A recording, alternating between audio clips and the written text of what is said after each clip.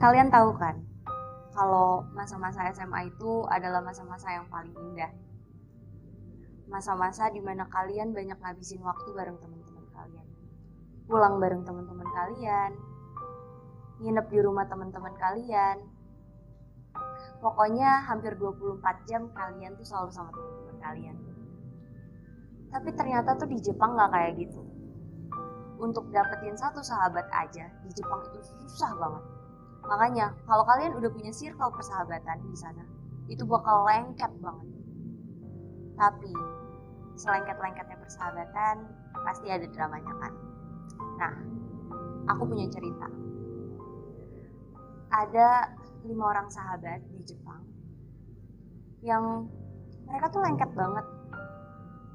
Bahkan orang-orang tuh gak bisa ngelihat celah sedikit pun dari mereka. Tapi persahabatan mereka harus hancur karena sebuah kejadian. Persahabatan mereka hancur ketika salah satu dari mereka ditemukan tewas bunuh diri dari atas gedung.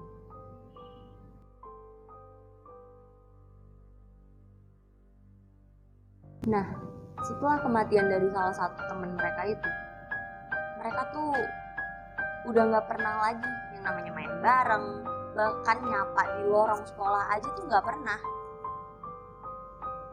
Sampai akhirnya salah satu dari mereka, namanya Kaede, dia tuh yang pertama kali merasa kalau dia itu digangguin sama anak ini. Namanya Kana, yang mati, yang tewas ini namanya Kana. Waktu itu dia ngerasa di toilet, digedor-gedor pintunya. Waktu dia buka, ada sosok Kana berdiri di depan pintu. Karena dia nggak tahan, akhirnya dia memberanikan diri untuk ngajak temen-temennya diskusi. Bukan diskusi sih, lebih tepatnya mencari tahu apa sih alasan Kana ini bunuh diri gitu.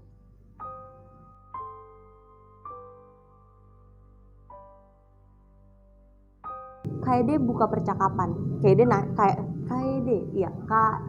Kaede nanya tuh sama 3 lagi temennya.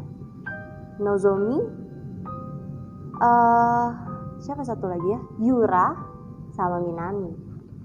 Dia nanya, kalian merasa diteror gak sih? Nah, si Yura sama Nozomi kayak shock gitu kan, kayak ngerasa relate gitu, kayak iya sama, aku juga diteror gitu. Terus kayak ini karena tuh mau nyampein sesuatu gak sih, makanya neror kita gitu. Terus ada yang ngerasa gak relate. Minami bilang, loh kok kalian semua diteror, aku enggak ngerasain apa-apa semenjak kematian Kana, sumpah, kata Minami gitu kan. Nah, ini 3 temennya lagi yang lain, Nozomi, Yura sama Kaede bilang, kok aneh, cuma kamu yang gak diteror gitu, jangan-jangan kamu pelakunya ya. Kayak kok bisa-bisanya gitu loh gak diteror, apa ini pertanda gitu si Kana ini minta tolong supaya ketahuan nih Minami nih yang dalangnya gitu.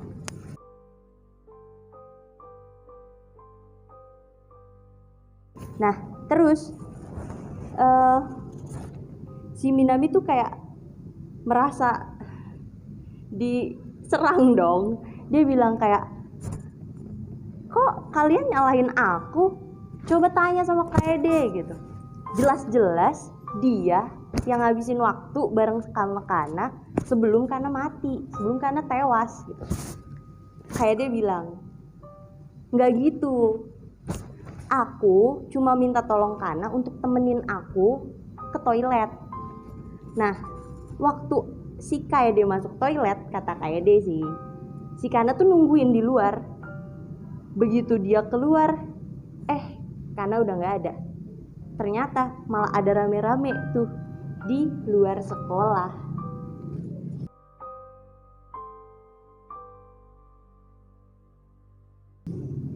Nah, kayak dia bilang, harusnya yang dicurigain ini Yura gak sih? Secara Yura sama Kana itu naksir sama cowok yang sama. Dan beberapa hari sebelum kematian Kana, mereka tuh kayaknya ada cekcok deh gitu.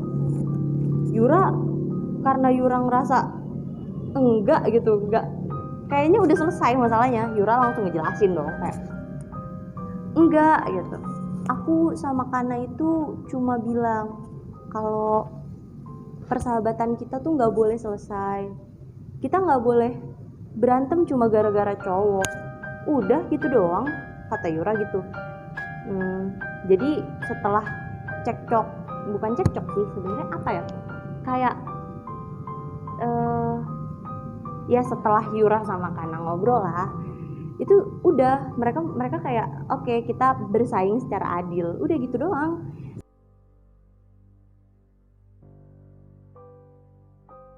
Nah udah abis itu si Yura bilang gitu, harusnya Minami gak sih yang dicurigain? Secara waktu lagi kejadian, Minami ini izin pulang, kayak kok pulang bertepatan dengan Kana loncat, ada apa nih gitu kan. Ya udah nih, Minami bilang kayak, loh aku kan pulang emang karena ada urgency, kok bisa-bisanya kalian nyalain aku, kata Minami gitu. Terus kata Yura gini, tapi dari cerita yang aku denger, kamu tuh nggak ada di kerumunan waktu Kana meninggal ya, kok kamu nggak kaget? Bisa-bisanya biasa aja terus langsung pulang gitu aja, mencurigakan banget gitu. Terus kayak dia juga, iya aku lihat tuh, aku ngintip dari jendela, nggak ada tuh Minami di situ tuh, nggak ada di kerumunan sama sekali. Terus Minami bilang kayak, ya iyalah aku nggak ada, aku tuh langsung pulang karena nenekku meninggal, aku sibuk ngurusin pemakaman nenekku, aku aja nggak tahu kalau Kana tuh meninggal.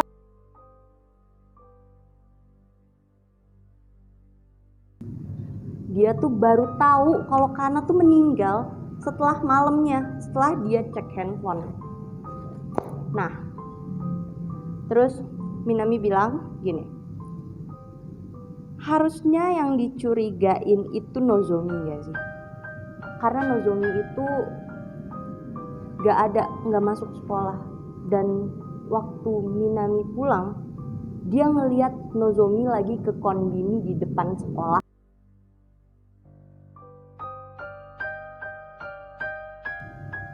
Nozomi jawab, aku lagi nyari obat. Kalian tahu kan, aku izin sakit. Aku dari pagi sampai siang gak bisa bangun. Sampai akhirnya sore aku ngerasa lebih baik, aku beli obat ke konbini. Ya karena konbini paling deket, dan di rumah tuh gak ada orang yang bisa aku mintain tolong. Gitu kata Nozomi. Terus dia bilang juga, aku udah ini kok, lagian dari pagi aku konsultasi sama Yura, aku harus beli obat apa nih buat demam gitu, kayak ada buktinya kan gitu. Terus Yura bilang kayak, iya dia tuh nanya obat sama aku gitu. Nah ya udah gitu aja, mereka ngomong panjang lebar, tapi nggak ada yang tahu tuh siapa sih sebenarnya yang jadi dalang atas kematiannya Kana, siapa yang bertanggung jawab, dan apa sih sebenarnya latar belakang dari Kana ini sampai akhirnya memutuskan untuk loncat dari atas gedung.